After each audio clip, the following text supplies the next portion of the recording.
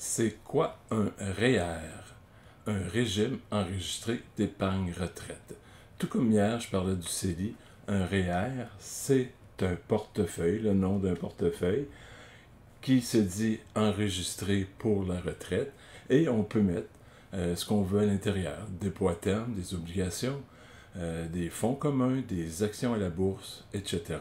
Mais l'important, c'est qu'il soit dans un portefeuille qui se nomme REER. Nous sommes à la 28e capsule sur 90, tout près du tiers, sur mon défi de 90 vidéos en 90 jours. Aujourd'hui, je veux te parler un peu plus des REER. Ici au Québec, un peu comment ça fonctionne. Canada fonctionne certainement de façon similaire. D'autres pays, point d'interrogation, à faire tes propres recherches. Donc, un REER, ben, ça vient de où? Ça vient d'assez loin, hein? Ça vient de 1957 pour les travailleurs autonomes qui ont demandé ça. Exemple, les médecins, les avocats ou des choses qui étaient en travailleurs autonomes, parce qu'il n'y avait pas de fonds de pension de prévu à ce moment-là pour ce groupe de personnes qui travaillaient de façon autonome, donc ils faisaient leur propre revenu et il n'y avait pas un employeur qui disait qu'il en gardait une partie pour un fonds de pension. C'est depuis 70, donc ça fait 52 ans, que ça existe pour tous, que c'est ouvert là, à tout le monde. Ce n'est que depuis 74 que c'est possible de cotiser au régime de sa conjointe. Hein. On recule il y a 50 ans, c'était l'homme qui majoritairement allait gagner le revenu à l'extérieur, et pour ne pas que ce soit tout lui qui accumule les sommes pour la retraite, et qu'il soit imposé sur tout ce montant-là pour la retraite, il a été possible de commencer là, à splitter, à diviser le placement REER pour que les deux retirent, l'homme et la femme retirent, et que ça coûte un peu moins d'impôts en pourcentage, parce qu'ici au Québec, on a un taux d'imposition progressif. Depuis 1978, bien, il y a ce qu'on appelle le FER, les fonds enregistrés d'épargne retraite.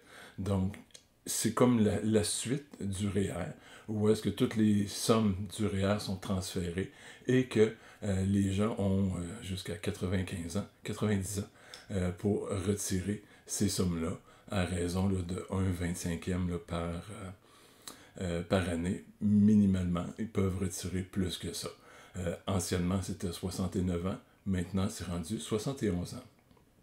Depuis 91, hein, on parle un grand historique. Depuis 91, cotisation inutilisée. Donc, quelqu'un qui oubliait de cotiser avant 91, ben, c'était perdu. Tandis que là, depuis 91, on peut cotiser les années par en arrière. Ce qui veut dire qu'on a le droit, j'en parle tout de suite, 18% des revenus gagnés de l'année précédente, bien l'année suivante, on peut les cotiser, et ça se cumule d'année en année.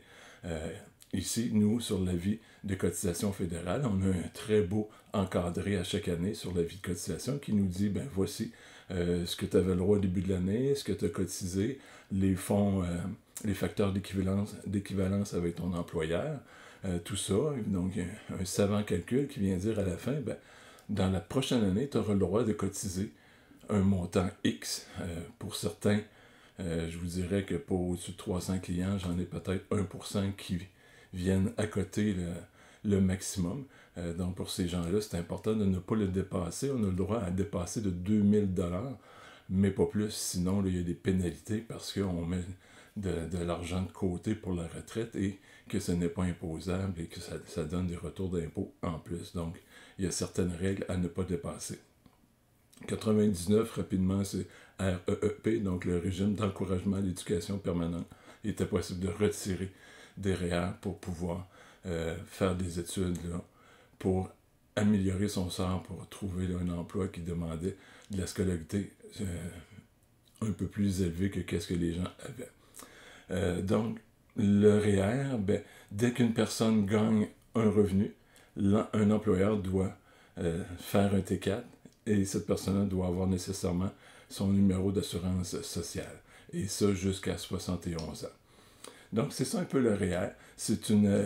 L'important dans tout ça, c'est de savoir que l'objectif numéro 1 du REER, c'est de mettre des sous de côté pour la retraite. Et pendant qu'on le fait, les gouvernements nous aident un peu, donc c'est un peu de motivation. Donc si on met 1000 $ et que notre taux d'imposition moyen ou marginal, je ne veux pas rentrer dans ces détails-là, est de 40%, ben, en mettant 1000, je retire, si je retirais déjà sur mon rapport d'impôt, je vais retirer un 400 $. Sinon, si je devais payer, ça va diminuer ma dette fiscale de 400. Et il y aura un calcul, là, si je dois 200, je vais récupérer 200 au lieu de payer 200. Là. Vous comprenez un petit peu le principe. Donc, c'est un beau produit. C'est quasiment un des seuls remparts là, que les contribuables actuels avec un travail traditionnel peuvent utiliser pour minimiser les impôts qui sont payés. Ils les payent à chaque paye, que ce soit la semaine ou aux 2 semaines. Il y a de l'impôt qui est enlevé. Et là, avec les REER, il est possible à la fin de l'année de récupérer un peu de ces montants qui ont été donnés au gouvernement pendant l'année. Et tout ça dans l'optique de pouvoir avoir, en plus des fonds de pension gouvernementaux, avoir un peu plus de sous pour pouvoir là, avoir un style de vie un petit peu plus élevé.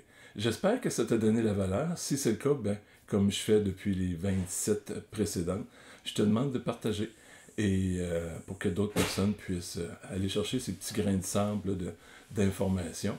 Et il reste à peu près 61, 62 autres capsules à venir, donc d'autres sujets que ces personnes-là voudront certainement apprendre un petit peu plus. Sur ce, bien, je te souhaite une sucrée de belle journée.